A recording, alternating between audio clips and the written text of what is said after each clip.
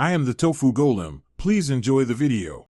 You start by selecting a rigid, transparent 180 degrees protractor so markings remain visible even when inverted. Once chosen, place the vertex mark on your workpiece and flip the protractor upside down so the numbers face you while the curved edge points away. Align the center hole or notch directly over the vertex and press the top edge flat. This prevents slippage. Keep a light, steady pressure with one hand while you prepare to read angles from the inverted scale for the next step. Once the protractor is aligned upside down, locate the 0 degrees reference on the inverted scale and trace the intended angle by following the inner or reversed numbering. This is why choosing a clear protractor matters.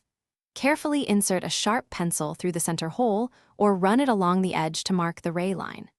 Make sure to verify left and right readings. If they differ, take the average or reseat the protractor. You want consistent alignment, so the marked ray will match the intended angle.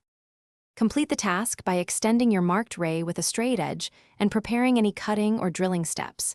Make sure your final line aligns with both the vertex and the marked degree. If the mark shifts while you work, stop, reseat the upside-down protractor, and remark rather than forcing a cut on a misaligned guide.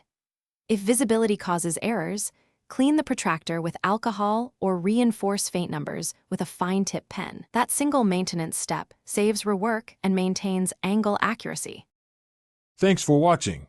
Consider subscribing if we helped you today.